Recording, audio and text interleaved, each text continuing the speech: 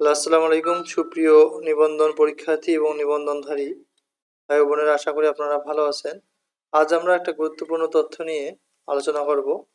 তো চলুন আমরা আমাদের মূল বিষয়ে চলে যাই।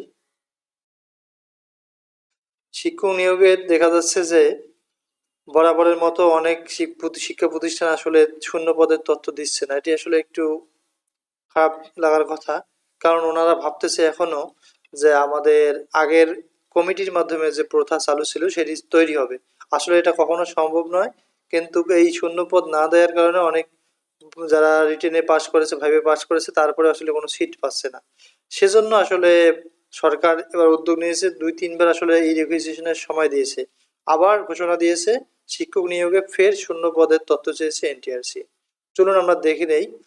বেসরকারি শিক্ষা প্রতিষ্ঠানে শিক্ষক নিয়োগের কার্যক্রমে অংশ হিসেবে এর আগে শূন্য পদের তথ্য সংগ্রহে ই-রেজিস্ট্রেশন ও প্রোফাইল হালনাগাদ কার্যক্রম শুরু করে বেসরকারি শিক্ষক নিবন্ধন ও প্রত্যয়ন কর্তৃপক্ষ এনটিআরসি। এবার নতুন করে আবারও ই-রেজিস্ট্রেশন প্রোফাইল হালনাগাদের সময় বাড়িয়েছে। এক নোটিশে ই-রেজিস্ট্রেশনের সময় বাড়ানো হয়।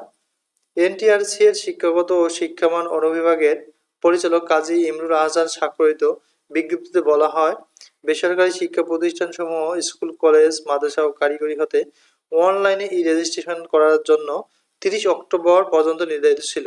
যেহেতু এনটিআরসি ষষ্ঠ ই-রেজিস্ট্রেশনের সঙ্গে আগামী ৩ বছরের সম্ভাব্য শূন্য পদের তথ্য সংগ্রহ করার উদ্যোগ গ্রহণ করছে, তাই সর্বোচ্চ সংখ্যক প্রতিষ্ঠান থেকে শূন্য পদের তথ্য জানার সুবিধার্থে ই-রেজিস্ট্রেশনের কার্যক্রমটি আগামী ৩০ নভেম্বর থেকে পুনরায় চালু হয়ে ৬ ডিসেম্বর পর্যন্ত চলবে।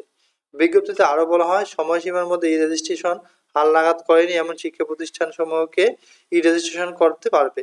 তবে যেসব প্রতিষ্ঠান আগের তারিখের মধ্যে ই-রেজিস্ট্রেশন কার্যক্রম সম্পূর্ণ করে অনলাইনে চাহিদা ও ফি প্রদান করেছে, তাদের নতুন করে ই-রেজিস্ট্রেশন করার প্রয়োজন নেই। তো আসলে এটা বারবার করা হচ্ছে, কারণ আপনারা জানেন যে আসলে শূন্য পদ অনেক রয়েছে কিন্তু ইনারা তথ্য দিচ্ছে না, যার ফলে অনেকগুলো আসলে শিক্ষক বেকারই থেকে যাচ্ছে। আসলে এটি চলমান থাকাই উচিত যতক্ষণ পর্যন্ত না কোনো বিজ্ঞপ্তি দেওয়া হয়েছে। তো ধন্যবাদ আপনাদেরকে। আর যারা নতুন আমাদের এই ভিডিওগুলো দেখছেন এবং উপকার হচ্ছে, অবশ্যই আমাদের চ্যানেলটি সাবস্ক্রাইব করবেন।